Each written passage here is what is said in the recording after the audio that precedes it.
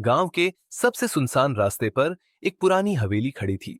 लोग कहते थे कि वहां कभी कोई नहीं रह सकता। एक रात रोहन और उसकी दोस्त मिया ने ठान लिया कि वो उस हवेली के अंदर जाकर सच देखेंगे। जैसे ही वे दरवाजे के अंदर घुसे, हवेली की दीवारें किसी अजीब गंध और नम ठंडी हवा से कांप उठी। उनके कदमों की आवाज इतनी जोर से गूंज रही थी जैसे कोई उन्हें पीछे पीछे चला रहा हो। अचानक मिया ने फुसफुसाते हुए कहा, रोहन, तुम्हें वो देखा?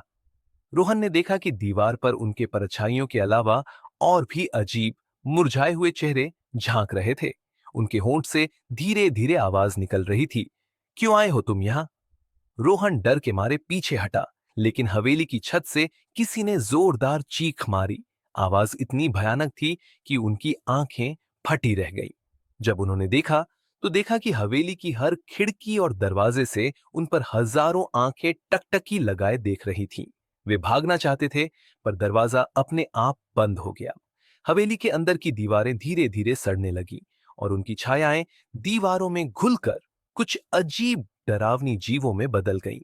अंत में रोहन और मिया की चीखें हवेली के भीतर गूंजती रहीं। लेकिन जैसे ही सुबह हुई, गांव वालों ने केवल सिर्फ उनकी चमकती आंखें सीढ़ियों पर पाईं। कहते हैं, उस हवेली में जो भी रात में आता है, उसकी आत्मा कभी लौट कर नहीं आती।